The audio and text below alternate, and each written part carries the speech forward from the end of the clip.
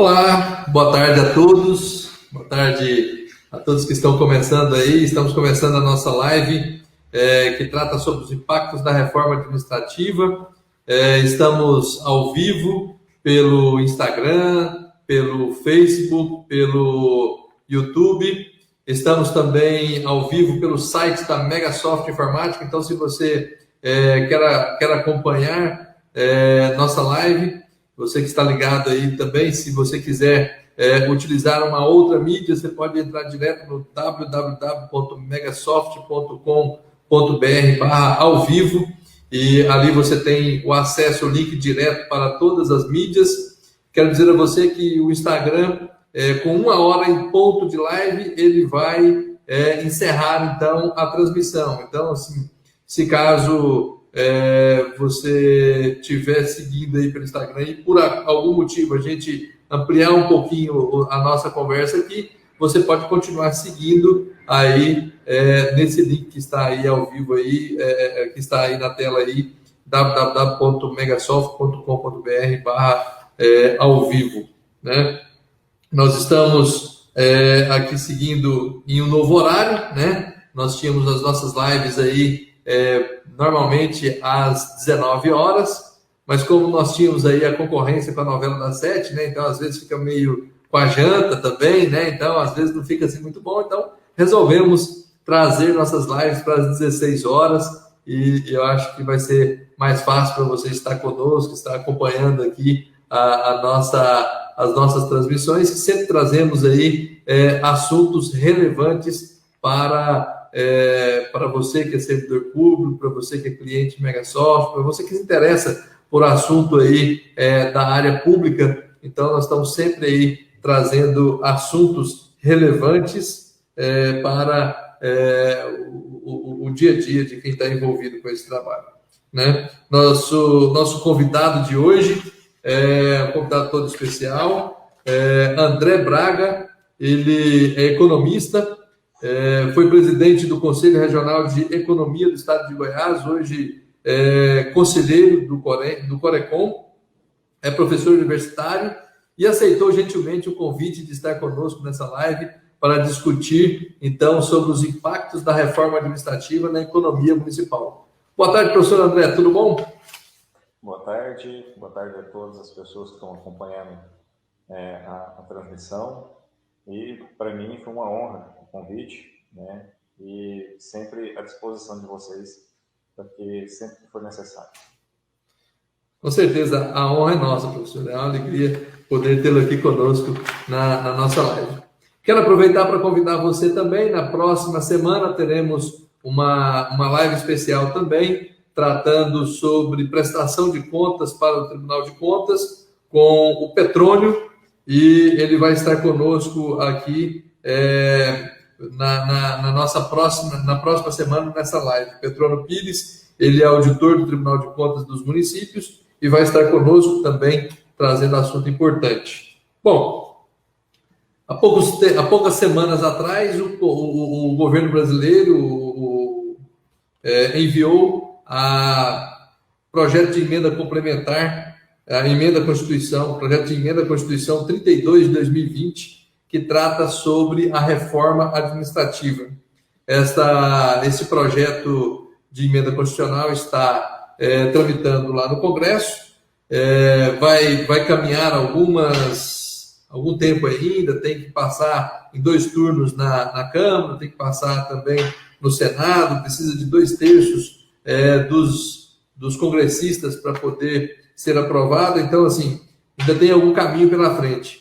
Mas como nós já temos o acesso a esse projeto, e como o impacto dele na vida dos municípios, na vida aí dos servidores municipais, na vida das contas municipais, né? Então, a gente quer discutir um pouco a respeito desse tema, e é um tema que realmente vai interferir na vida de todos vocês, de todos nós, né? E algumas semanas atrás, 2 ou 3 semanas atrás, nós falamos um pouco da reforma administrativa no que tange ali ao dia a dia do departamento pessoal, o que vai mudar para o servidor ali municipal, o que o responsável, o chefe do departamento pessoal tem que estar atento, tem que ficar preocupado, né? Então, esse foi o tema que nós discutimos algumas semanas atrás. Hoje, nós queremos discutir um pouco mais a respeito do que esta reforma administrativa pode trazer na economia, né? Nós sabemos que o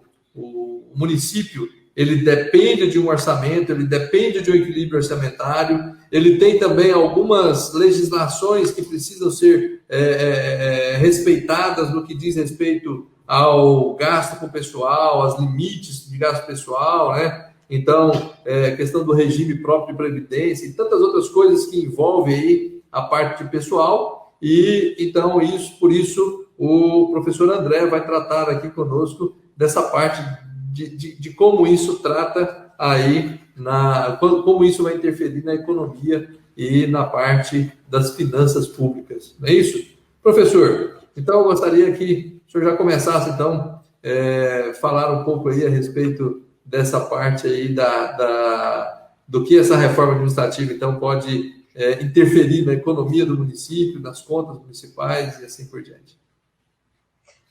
Bom, a gente pode fazer uma análise de vários pontos, né, do que pode ser alterado.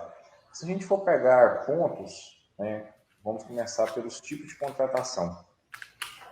Nós vamos ter algumas mudanças nos tipos de contratação a partir de que a reforma está sendo proposta.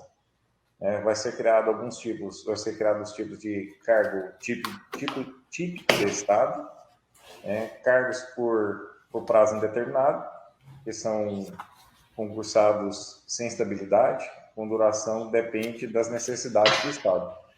E os vínculos de prazo determinado, que vai substituir podem substituir os atuais contratos temporários, né? Teoricamente, isso traz uma seleção, né? O que isso pode impactar para a economia dos municípios? Eu posso trazer cargos que sejam mais bem selecionados. Isso, se a gente for pensar na estratégia, isso pode levar, sim, a uma melhoria no atendimento, né, a ser prestado pelo município. E os cargos de liderança e assessoramento, que vão substituir os cargos de confiança.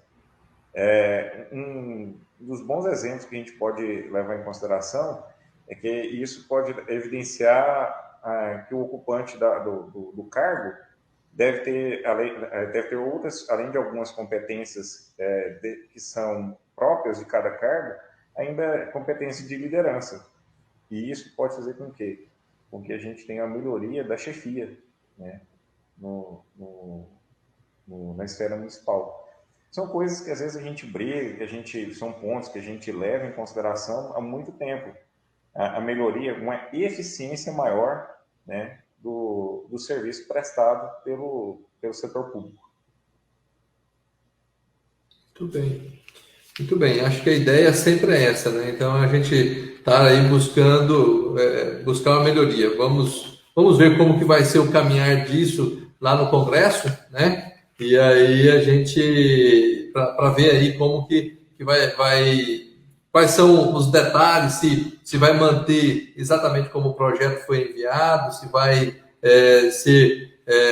haver muitas mudanças, né? Então isso aí a gente precisa ver aí, acompanhar aí de perto essa situação, né? Eu quero dar as boas-vindas aqui, um minutinho só antes, ao Maurício, que está aí nos acompanhando aí. Maurício tem acompanhado aí as nossas lives, ele está aqui conosco, parabenizando a Megasoft. Obrigado pela presença, Maurício. Daniel Alves também está aqui conosco, então ele até comenta as questões da reforma administrativa, então muito bom a sua presença conosco. Então, se você está aí acompanhando a nossa live e tal, pode colocar o seu nome, dar uma boa tarde, fazer o seu comentário aí no chat, e nós vamos estar aí acompanhando vocês aí. Então, professor, te interrompi? Pode. Não, que isso. Um dos fatores também, se a gente for pensar nos fatores econômicos, aí a gente não está falando só do financeiro, vamos voltar à questão da eficiência, né? Um dos grandes pontos que se discute dentro da reforma administrativa é a garantia dos direitos sociais, né? Vamos dizer, a saúde básica, a educação e todos esses pontos. Bom, a gente pode encarar também o que muitos encaram como só perda de direitos, a gente pode encarar pelo contrário, ele pode trazer também, se você deixa o Estado mais eficiente, se você procura trazer um staff com maior qualificação, e para você precisa de uma equipe mais técnica para dar atenção a uma pasta, teoricamente, né, de acordo com a proposta, você também traz uma eficiência maior no serviço prestado. Então, nós não estamos falando só da parte financeira, mas também a gente está falando da qualidade do serviço prestado à população. E isso também é de extrema importância para a população, porque às vezes a gente leva em consideração, mas eu quero trazer alguém para cá, mas eu tenho que trazer alguém com experiência, eu tenho que trazer alguém que tenha qualidade técnica para isso, eu tenho que trazer alguém que tenha formação dentro daquela área. Aí, em tese, eu consigo prestar um serviço melhor para a população, que o nosso Estado hoje, né, como um Estado robusto que a gente vive, é tão grande, né? Nós, antes da live, a gente estava comentando em off, né, algumas prefeituras que quando se olha o tamanho, assim, olha, ela arrecada, a arrecadação dela vem um certo valor, e o que ela gasta só com funcionalismo chega a consumir 90% da sua arrecadação. E onde você vai ter dinheiro para fazer, no mínimo, o investimento necessário? Né? Então, se eu trago uma equipe técnica de maior qualidade, eu posso proporcionar uma eficiência maior do serviço prestado. A gente tem que levar em consideração que nós vamos ter os cargos típicos de Estado, são cargos que, teoricamente, você não vê em iniciativa privada, e tem outros tipos de cargo que, ao longo do tempo, a mutação que nós estamos sofrendo com a informatização vai extinguir alguns cargos, né? E isso é um processo natural. Com a extinção dos cargos sendo substituído por softwares, você tem um gasto, às vezes, você tem um investimento maior, um gasto maior na parte de TI, porém você não tem um gasto humano. Então você acaba, e você tem uma eficiência muito maior, porque a máquina ela vai trabalhar 24/7. O humano ele tem uma determinada faixa de horário. Isso faz com que, assim, de certo ponto, também, de certo modo, a gente tem que utilizar isso a nosso favor do contribuinte. Nós, que somos contribuintes do Estado, a gente tem que cobrar que o Estado nos dê um serviço de maior qualidade, né? E que, independente de que horas seja, né? E que seja rápido e que seja bom. Essa preocupação também vem junto, porque com essas mutações, hoje, como é que eu faço essas mudanças? Eu vou manter certos cargos por manter? Ou Estado, eu resolvo permanecer atrasado em relação ao mercado privado? Logicamente que você não precisa generalizar. A gente não está citando nenhum cargo assim específico. Só está falando que existem carreiras que vão ser extintas por questão de substituição de softwares. É verdade. Isso é verdade. Principalmente hoje em dia, como a tecnologia vem se desenvolvendo, e a gente tem visto isso não só nas carreiras, mas temos visto aí em várias áreas, empresas que vão se perdendo pelo caminho, né? Porque a tecnologia vem chegando e vem substituindo, e às vezes ela não está atenada àquela mudança e acaba se perdendo, né? Dentro dessa questão, a gente tem observado realmente o crescimento assim do investimento, o crescimento do gasto com o pessoal no serviço público. Em 2001 foi aprovada a Lei 101, que é a Lei de Responsabilidade Fiscal, né? E ali, nessa lei, foi estabelecido que o índice, que o Estado, o município não poderia gastar mais de 60% da sua receita corrente líquida com pessoal, né? Eu tenho observado, já estamos em 2001, já está quase 20 anos, né, que a lei foi aprovada, e durante esse tempo eu tenho elaborado um dos anexos, que é o anexo de gasto pessoal, exatamente para demonstrar esse índice de pessoal, né? E a gente tem observado que lá em 2001, quando começamos a desenvolver esse relatório, ele era feito o seguinte: toda a despesa de pessoal entrava, não tinha nenhuma dedução. Só que com o tempo foi se observando que os municípios, os estados, às vezes as capitais, né? Então não conseguiam aplicar ficar dentro desse índice, e aí isso foi flexibilizando. Criou-se no relatório uma parte lá, um pedaço no relatório em que entraria as deduções. E aí então começou a fazer as deduções do que não poderia. Então, assim, já tirou fora as indenizações por demissão voluntária. Depois o tempo foi passando, foi tirando também a parte do RPPS. E também nesse período houve também um crescimento muito grande nos municípios também na questão do RPPS, né? Criando o regime próprio de previdência. E esse regime próprio de previdência muitas vezes assim criou-se apenas com o objetivo de diminuir a parte patronal, e com isso onerou mais ali o Estado, porque acaba que eles não conseguem, às vezes com o recurso do município mesmo, bancar toda a estrutura de aposentadoria, de seguro, essas coisas assim, que o regime deveria pagar, deveria cumprir, né? Então, aumentou também, aí aumenta nisso daí o gasto de pessoal que acaba ficando por conta da receita pelo próprio orçamento, né? Então, sim, tudo isso, né, a gente vê que vai interferindo aí na parte de pessoal, né? E diante disso, a gente vê que o Estado vai tornando assim um pouco inchado no que diz respeito. Eu acho que um dos motivos que levou a essa reforma é exatamente isso, né? Diminuir, trazer maior eficiência e diminuir também o que se gasta com o pessoal, né, professor? Sim, inclusive pegando um gancho no que você está falando, o artigo 40 da reforma, o 40A, ele trata do regime de previdência, né? Onde as pessoas, onde o regime, para quem não tem o regime próprio, todo mundo passará para o INSS. O, o, por exemplo, a prefeitura não tem regime próprio, por exemplo. E você tem um funcionário que ganha 10 mil reais por mês. Então ele vai passar para o INSS.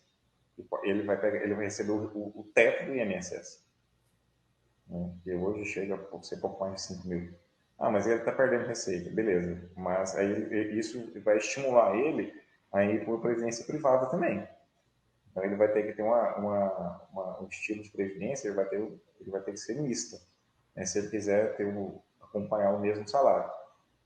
E isso faz com que também o serviço público, a prefeitura, ao longo do tempo, ela deixe de contribuir com um certo tipo de receita. Então a gente está olhando o único funcionário, ele vai ter que parar para pensar na sua aposentadoria, na sua contribuição, no que ele vai receber depois que ele estiver inativo, e a prefeitura vai ficar um pouco mais preocupada. Então, assim, os dois vão ter que fazer um pensamento diferenciado. Não quer dizer que um ou outro vai ser prejudicado. É uma mudança de pensamento que ao longo do tempo ele vai ter que ser amadurecido, né? E isso, se a gente for pensar a nível do município, de acordo com que nós estamos tendo né, existe uma previsão aí a partir de 2040, a gente tem uma queda, né, nas pessoas que estão nascendo, nos nascimentos, e um aumento da taxa, da taxa de envelhecimento. Então, isso quer dizer que as pessoas estão ficando cada dia mais velhas. Por exemplo, se você aposenta aí com 55 anos de idade, já estou cansado, tenho que aposentar. E se você contribuiu por 35 anos, vamos supor que você começou a sua contribuição com 30 anos, né? Com 35, começou a sua contribuição com 20, e você morreu aos 80 ou aos 90 anos de idade, isso não é comum, mas acontece muito. Então, você às vezes, você contribuiu muito menos do que você arrecadou o tempo todo. E isso, para o poder público, para o gestor público, ele pode ser um pouco... É uma ideia que é um pouco ruim para a gestão. Não estamos falando em questão social, estamos falando em questão do gestor. É lógico que a gente torce para todo mundo viver muito tempo, as pessoas viverem cada vez mais, mas a gente tem que pensar na equalização financeira disso no futuro. E aí, o que eu vou fazer no futuro? E se a gente chegar num ponto que não tiver como pagar, eu tenho uma folha de pagamento de inativo e eu não tenho como pagar isso. Da onde que vai sair o dinheiro? Então a gente tem que pensar no futuro agora, né? E fazer uma transição que seja benéfica, né, a mais de uma classe. Não pode pensar de mais nenhuma nem o outro. Tem que ter um meio termo em relação a isso. É verdade. Bom, no meu caso mesmo, eu completei 35 anos de contribuição agora esse ano, poderia aposentar, né? E espero viver até os 90, quem sabe? Ou mais. Ou mais, né? Quem sabe? Ou mais. Eu tenho um amigo que viveu até os 106, né? Quem sabe? Né? Medo de vida. Medo de vida. É isso aí. Mas hoje você vê também muitas pessoas, né, que até dentro do funcionalismo público e tudo mais, que trabalham até depois dos 60 anos de idade. Sim. Vou te dar um exemplo, minha mãe, que tem 65 anos de idade, continua nativa. Exatamente. Continua trabalhando, é servidora pública, ela pensa em se aposentar pelo menos daqui 4 anos, de 3 para 4 anos, mas ainda está ativa, trabalha bem, trabalha todos os dias, né? Chega todos os dias no trabalho às 20 para 7 da manhã, normalmente. Então, assim, você tem bons exemplos também do outro lado de pessoas que continuam nativas, continuam contribuindo, né? E faz com que o setor público continue rodando. Mas a gente tem que pensar assim no futuro, porque o gestor, nós estamos pensando, às vezes a gente pensa a gente tem que pensar nos benefícios sociais, sim, porém o gestor público ele fica de pés e mãos atadas. Aí se você não tiver uma reforma que fala assim, olha, você pode trabalhar dessa forma, ao longo dos anos você entra num colapso. O caminho que nós estamos agora, sem uma reforma, é dando um passo de cada vez para um colapso, né? E vamos ver se conseguimos aprovar uma reforma que seja interessante para a sociedade, mas interessante também para a gestão, né? Porque a gente está comentando a todo instante e o Estado já não cabe mais hoje como era antigamente, né? Aí há 30 anos atrás, 35 ou 40 anos atrás. Então, a gente tem que pensar nesse Estado novo, um Estado diferente, um plano de carreira diferenciado, amadurecer o Estado. Na hora do voto, a gente tem que pensar bem nos políticos que nós iremos colocar no poder, e isso faz com que a gente tenha um Estado cada vez mais maduro. É verdade. Quero cumprimentar aqui o Emerson, que está aqui nos acompanhando também. Obrigado pela presença. A Elisiene, que está aqui também nos acompanhando. A Elisiene é sempre nossa...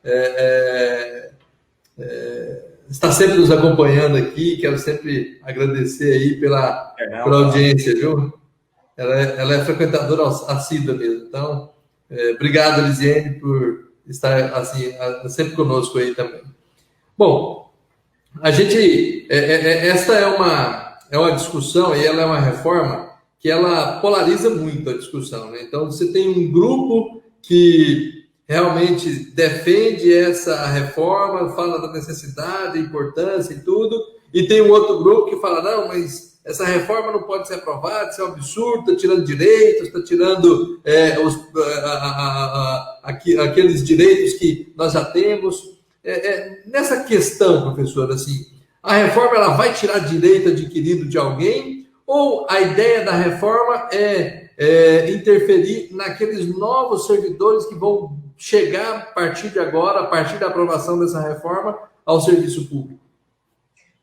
Eu não vejo por esse ponto. O que eu consigo enxergar hoje é que o Estado ele chegou realmente num ponto que não dá mais.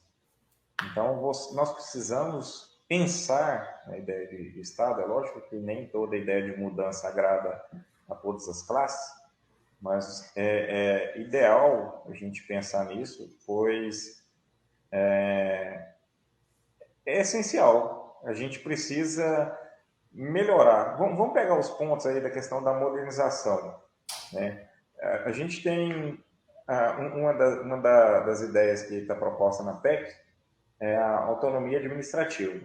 Acho que ela esse ponto encaixa bem no que na introdução que você fez, onde que o presidente poderá, se não houver aumento de despesa, ele pode extinguir órgãos, ele pode extinguir, transformar cargos, funções, gratificações, ele pode reorganizar o Estado de acordo com o que ele necessita. Muita gente criticou esse ponto, mas eu particularmente sou a favor de deixar isso a cargo do Poder Executivo, porque ele que ingere. Ele que vai ver as melhores necessidades. Logicamente que aí a gente precisa amadurecer no Brasil planos de Estado, ao invés de planos de governo. E isso é de extrema importância. Nós temos planos de Estado. E isso a gente entra o governo, sai do governo, tem coisas que precisam seguir. Alguns tipos de cargos, como eles futuramente serão extintos, a gente pode falar isso no futuro bem próximo, por questão da modernização, por questão de readequação. A gente pode ver, por exemplo, nesse período de pandemia, ele trouxe à luz algumas vertentes que a gente não se discutia há 1 ano atrás, há 2 anos atrás.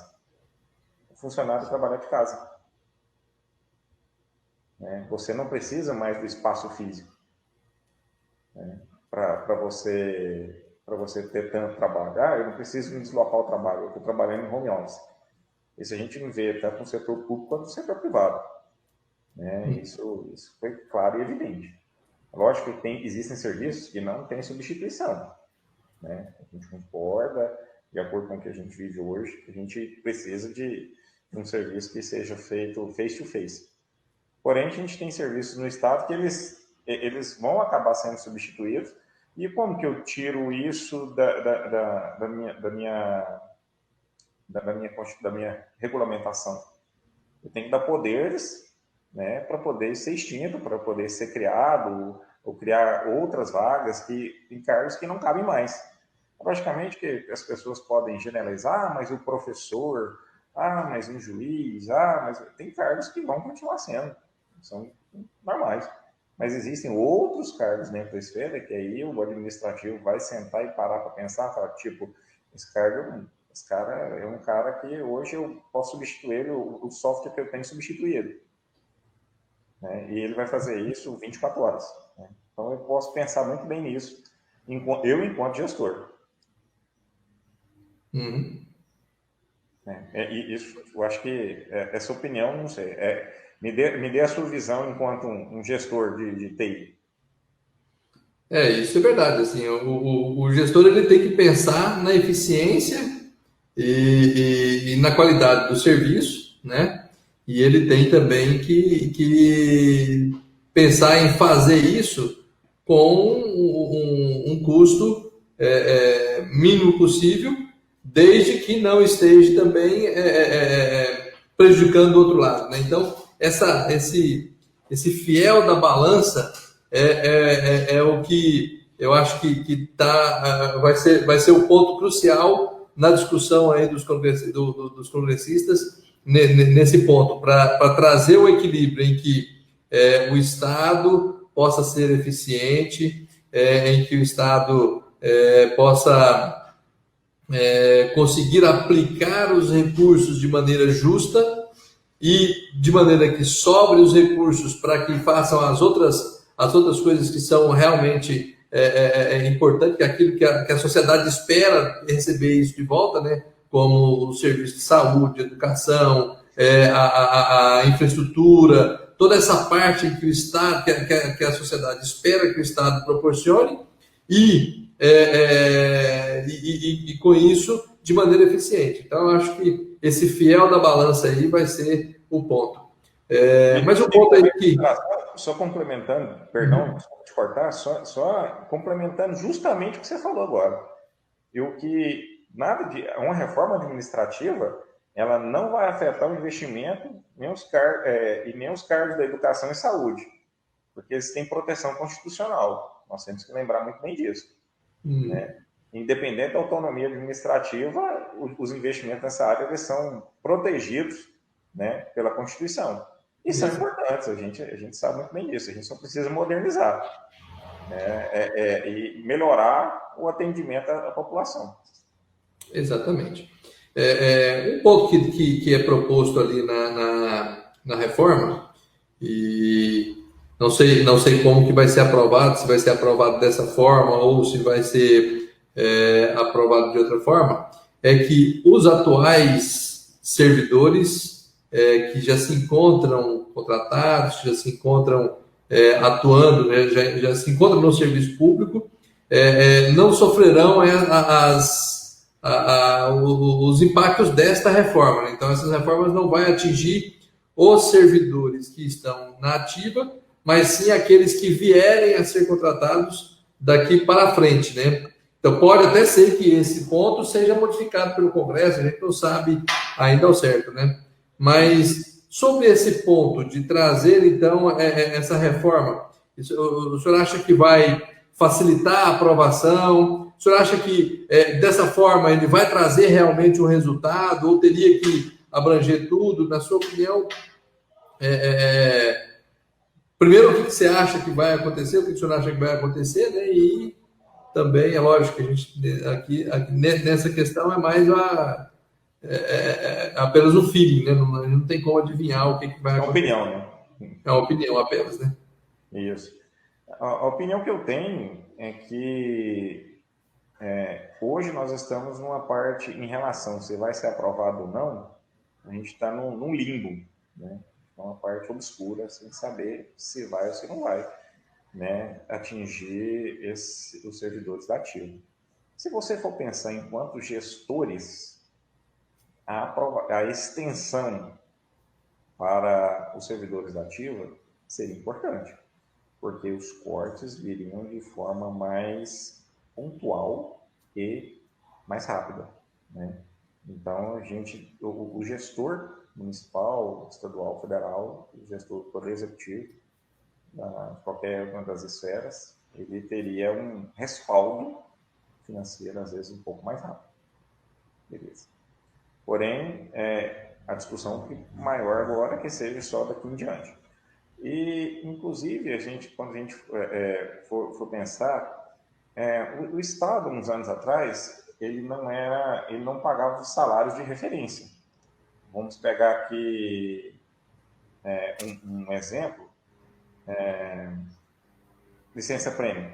O servidor tem direito a um período recebendo sem trabalhar. Vamos levar o caso da educação. Um professor, a cada X período, ele tem direito a ficar 3 meses, né, sem trabalhar e recebendo, né? Há muitos anos atrás, o salário de um professor hoje ainda é pouco, mas o valor referência era a iniciativa privada, né? Isso quer dizer que se eu quisesse equiparar o salário, né, o servidor ganha bem, o professor ganha bem ou ganha mal? O professor da rede privada ganha muito mais que o servidor público. Ok. Hoje em dia, isso mudou. Nem todas as escolas particulares conseguem pagar tão bem quanto o servidor público. Então, você virou isso. Não estou falando que seja o suficiente. Acredito que pela função do professor, deveria ganhar muito mais. Mas também, férias de 3 meses não justificam. Né?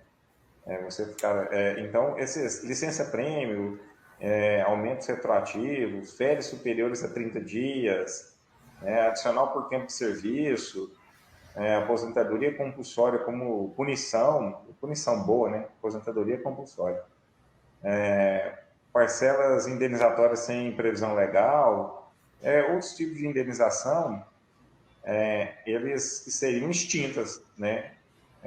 No caso que está sendo proposto, né? nessa PEC. O que você acaba deixando igual ao setor privado. E isso é bom, se você for pensar. Às vezes, por servidor, ele pode se sentir desmotivado e tudo mais, mas ele está ficando sendo equiparado ao servidor privado. E de várias formas, se você for pegar, por exemplo, um professor de universidade federal e um professor de universidade pública, ou particular, a diferença de salário é gigantesca. Não estou desmerecendo o trabalho, nós só estamos falando a questão do rendimento. Né? Então, os rendimentos eles acabam tendo um gap muito grande. E onde era antigamente você proporcionava alguns benefícios pelo seu salário não ser equiparado, hoje você tem uma situação inversa e um Estado que, às vezes, a arrecadação dele não está chegando ao ponto suficiente de manter todos os benefícios que foram propostos. Né? O mercado de trabalho privado sofreu mutações e o mercado público permaneceu o mesmo. Resultado de estudo, a gente vê essa bolha, né, que se transformou hoje. É verdade. Temos uma pergunta aqui, professor. A Elisiane, ela pergunta sobre a questão dos concursos públicos, né? A proposta que temos lá é que os concursos públicos continuem normalmente, não é isso? Sim. Exatamente. Então, assim, vamos... O que vai alterar é o regime de contratação. O concurso público continuará havendo. Inclusive, a seleção para alguns tipos de cargo, né, dentro do que a gente falou agora, o vínculo de prazo determinado, e vai existir uma seleção, o que hoje não tem. Então, para os contratos temporários, que hoje você contrata quem você quiser, você vai ter que fazer uma seleção nem que seja simplificada. Vai ter que exigir experiência. Então, acaba mudando uma coisa que em tese, uma chateação, né? Porque o cara contrata qualquer um. Não, ele vai ter que contratar um cara que vai ter que mostrar um currículo. Ele está ali por um determinado motivo. Eu não tenho como contratar um cara que ele passou vamos supor, ele era assistente de laboratório químico, eu vou contratar ele para ser gestor de finanças. Uma coisa não tem nada a ver com a outra, ele nunca teve experiência com aquilo, eu vou jogar ele lá. Não. Eu vou ter que contratar um cara que tem que ter currículo, tem que ter know-how, né? Ele vai ter que entender, porque ele passou por um critério de seleção. E isso é bom para nós, enquanto contribuintes. Ok. Um outro ponto também que lá coloca é exatamente a questão aí dos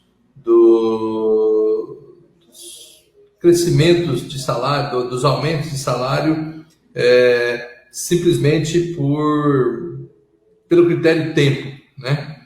Então aí nós temos aí questão em que o pessoal vai a cada ano vai ganhando um anuênio, a cada ano vai ganhando, cada 5 anos, quinquênios e tal, e aí isso, ao final dos 35 anos, ao final lá, você tem uma quantidade, um percentual que você recebeu de aumento salarial, simplesmente pelo fato de ter passado tempo, né? Então, isso na reforma, eles pedem, a proposta é que isso deixe de existir, né? A gente tem também situações em alguns quadros salariais em que há um crescimento de nível, vamos dizer assim. O cara foi contratado, o cidadão foi contratado ali para ser ali, vamos dar um exemplo, a gente colocou alguns casos aqui do professor P1 nível A, por exemplo. Então, a cada 2 anos, ou a cada ano, então, cada quadro salarial ele determina tanto, então você pula um nível, então ele vai ser do A, vai para o B, para o C e tal, e aí ele vai fazendo aquela progressão horizontal que a gente chama simplesmente pelo passar do tempo, né?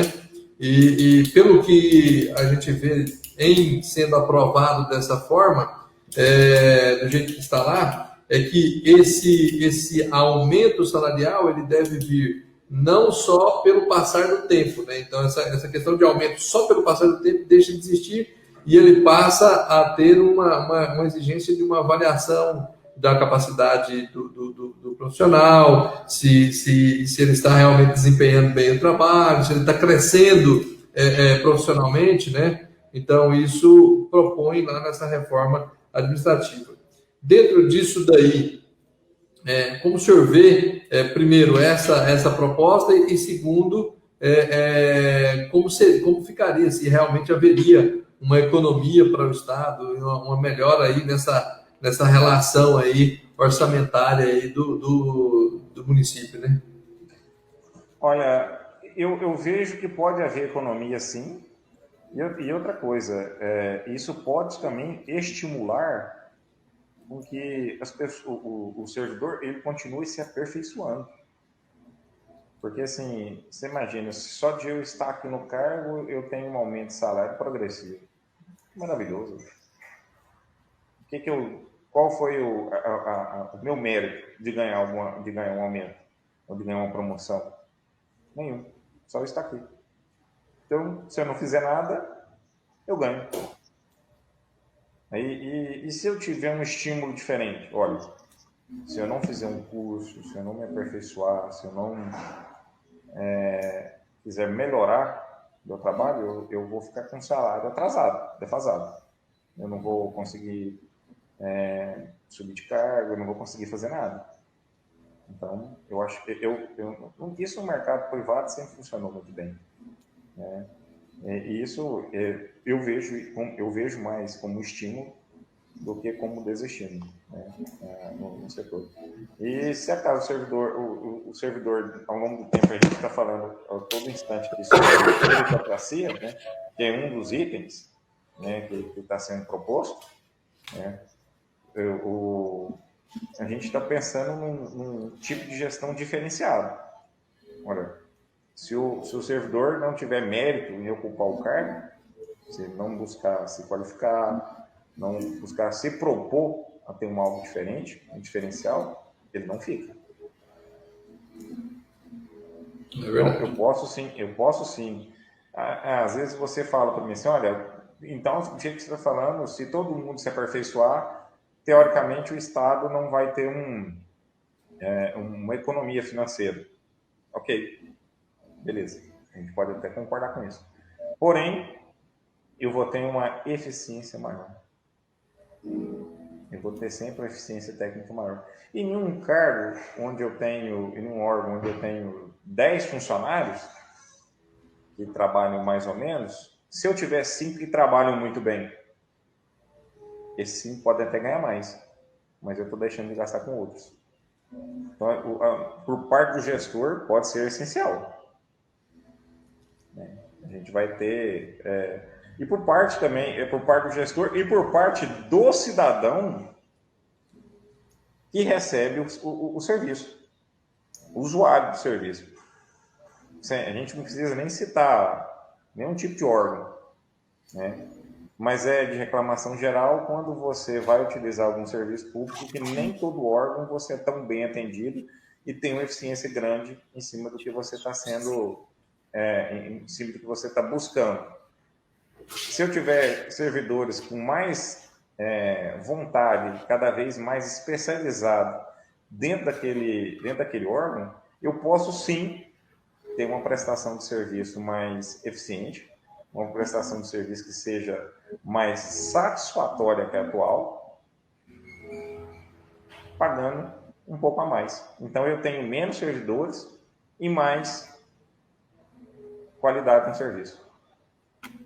E eu acredito que em todas as áreas, com a ajuda da informática, você vai ter uma redução do quadro de funcionários, o que automaticamente, dentro de um sistema bom, né, de gestão dos municípios, da gestão administrativa, auxiliando, que todos já vão ter por natureza, vai fazer com que, no final das contas, você tenha uma economia financeira de um lado ou de outro. E o que você pode utilizar essa economia financeira para aplicar dentro de... Você pode investir, né, em infraestrutura, você pode investir na melhoria da saúde, você pode investir em outras áreas dentro do município. Então, isso é bom para quem? Para nós, contribuintes. Então, assim, nem toda reforma administrativa deixa de lado o que se realmente propõe como os direitos sociais. Eu vejo com mais bons olhos toda essa proposta do que como um olhar de perca. Eu vejo com mais olhar de ganho, né? Justamente porque se nós, enquanto comunidade, cobrar a partir de uma reforma administrativa ao cidadão, poder público, poder executivo, você está gastando menos, investe mais em saneamento, invista mais em educação, invista mais na melhoria da educação, da melhoria da creche. Eu consigo ter uma informatização dentro da creche, eu consigo ter itens. Você agora, eu tenho o direito de cobrar isso. É verdade. Não, com certeza. Tem assim, tudo tem um lado, a gente tem que tentar enxergar o lado positivo também. E que nós, enquanto comunidade, nós temos que cobrar, né? Caso esteja sendo proposto algo para melhorar, opa, passou. Então eu quero cobrar a melhoria.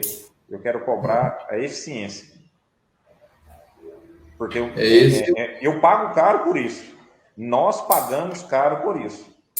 E isso, toda a população tem que ter essa consciência. Nós pagamos muito caro por isso. Então, eu tenho que ter cada vez uma prestação de serviço cada vez maior. E automaticamente, o que muita gente não imagina, que vai ter cargos que vai ser extintos ao longo dos anos. E isso é normal. Substituição por software, por maquinário e por automação. Sim.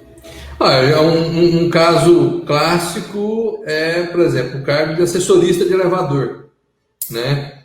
Que há 20 anos atrás, todo elevador que você entrava, tinha alguém lá para onde você vai e tal, ali e tal. Hoje não, todo mundo já está acostumado com os elevadores se tornaram bem mais modernos, né?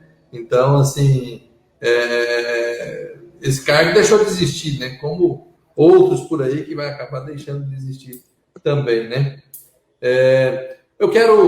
Nós já estamos partindo aí para o final da nossa live, falta acho que 12 minutos agora, o Dairão me mostrou ali agora 15 minutos há um pouquinho de tempo atrás, nós já estamos ali para os 12, 15 minutos de finais, e eu queria pedir para que você que está nos assistindo e que ainda não é inscrito no nosso canal no YouTube, não tem acompanhado aí nossas páginas no Facebook, no Instagram, eu queria pedir para você que se inscreva, ative ali o sininho, que curta aí a nossa live, as nossas transmissões, os nossos vídeos, que sempre tem tentado trazer aí palestras e orientações para o pessoal aí que trabalha na área pública, nos municípios. E, então, acho que isso vai nos ajudar também. Então, se você ainda não é inscrito no nosso canal no YouTube, vai lá, se inscreva. Se você ainda não nos acompanha no Facebook, no Instagram,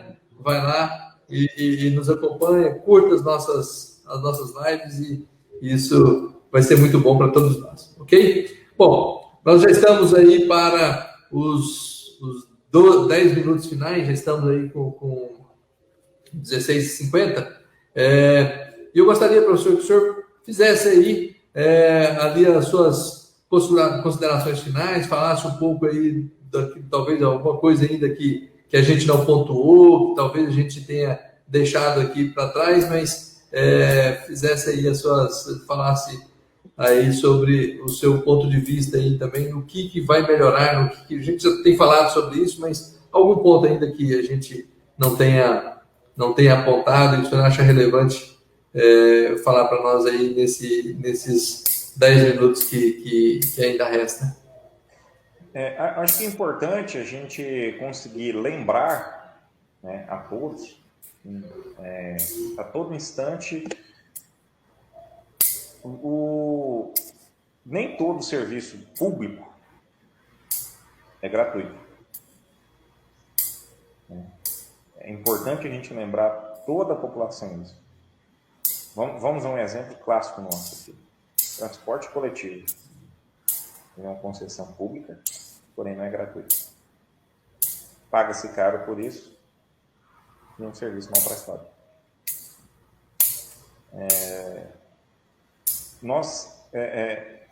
Casos e casos, né? É lógico que a gente tem que saber pontuar. Uma reforma administrativa, ela serve... a gente tem que utilizar... Nós, enquanto sociedade, nós temos que transformar ela em instrumento de cobrança.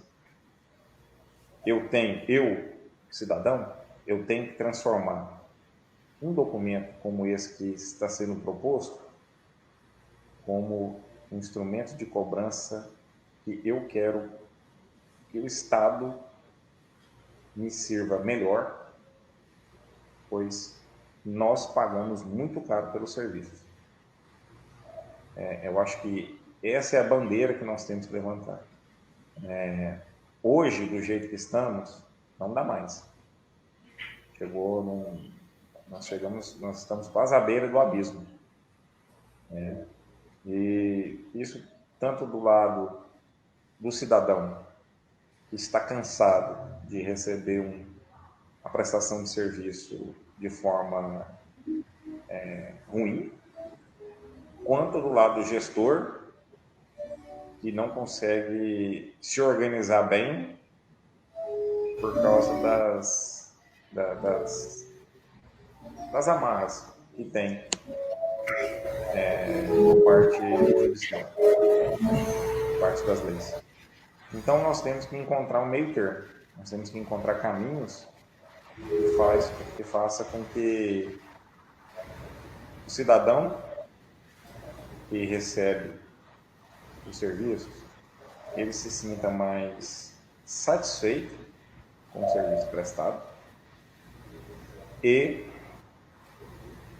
o gestor público ele consiga de forma mais pontual fazer com que haja uma evolução na prestação de serviço público e o servidor sinta-se privilegiado por estar à frente de uma prestação de serviço que é essencial para a nossa sociedade. A gente tem que entrar nesse equilíbrio, né, e que nós, enquanto sociedade, possamos utilizar essa reforma administrativa como essa bandeira, né, que a gente possa enxergar lutas e que a gente possa enxergar melhoria do caminho. Isso sim vai ser importante para nós. Você não precisa falar como economista, nem como um contador, nem como advogado. Isso nós estamos falando não enquanto profissional, nós estamos falando enquanto cidadão que recebe um serviço que nós pagamos tão caro por ele. É verdade. Nesse ponto, eu acho que tem que ser o ponto principal, né? A gente poder caminhar, que essa reforma seja aprovada de tal forma que corrija as distorções, que corrija os vícios que já existem, né? Que valorize o servidor público não pode ser diferente, né? E que também entenda a necessidade de eficiência e a necessidade de economicidade que o Estado tem, né? Não podemos também deixar de pensar nisso, porque cada vez que nós aumentamos o peso do Estado, temos que lembrar que para fazer face a esse aumento, alguém vai ter que pagar por isso, né? Então, o contribuinte vai ter que pagar mais impostos, de alguma forma vai ter que vir o recurso ou tirar de outro lugar, e isso realmente não é bom, né? Então, por isso que eu acho que nós temos aí, né, a sociedade e o Brasil, nesse momento, tem a oportunidade de apresentar aí melhoras para soluções melhores para esse quesito, e eu tenho certeza que nossos representantes lá vão pensar nisso e nós vamos ter uma boa reforma administrativa sendo aprovada, né? Estamos terminando aí nosso tempo. Na próxima semana nós teremos, então, tratando aí sobre prestação de contas ao Tribunal de Contas, o Petrônio, ele estará conosco, e eu quero convidar você para na próxima terça-feira, às 16 horas, estar conosco e também participar dessa live que vai acontecer. Quero agradecer muito ao professor André Braga, que esteve conosco, pelas importantes contribuições e pela elucidação de muitos pontos que foram apresentados aqui. Professor, muito obrigado e espero que o senhor possa estar conosco em outros momentos. Quero dizer para você que eu estou à disposição, né, sempre que vocês precisarem. Também quero fazer alguns agradecimentos. Quero agradecer primeiramente vocês, né, pelo convite. Já disse isso no início, quero repetir isso no final. Brilhante ideia de vocês, né, trazer temas que são importantes para a sociedade de modo geral, que a gente possa construir uma sociedade, né, com a cabeça diferenciada. Quero agradecer também alguns familiares que estão assistindo, minha mãe, minha namorada, alguns amigos também, um amigo especial, Lucas, meus sócios, o Antônio, o Manuel Neto e a Kênia, pessoal que está acompanhando aí, outros amigos também economistas que estão assistindo. Muito obrigado pelo apoio, muito obrigado por tudo. Beleza, muito bem. Quero também agradecer a todos que acompanharam aí a nossa live, que participaram ali no chat, mandando as suas perguntas, participando ativamente, aqueles também que só estão assistindo e ouvindo. Obrigado por ter dedicado mais esse tempo aí do seu dia corrido aí para estar conosco e participando conosco. Professor, muito obrigado e aguardo a todos vocês na terça-feira que vem para mais uma live que vamos transmitir aí, então, e trazendo mais informações para todos. Um abraço e até a próxima semana. Um abraço, tudo de bom.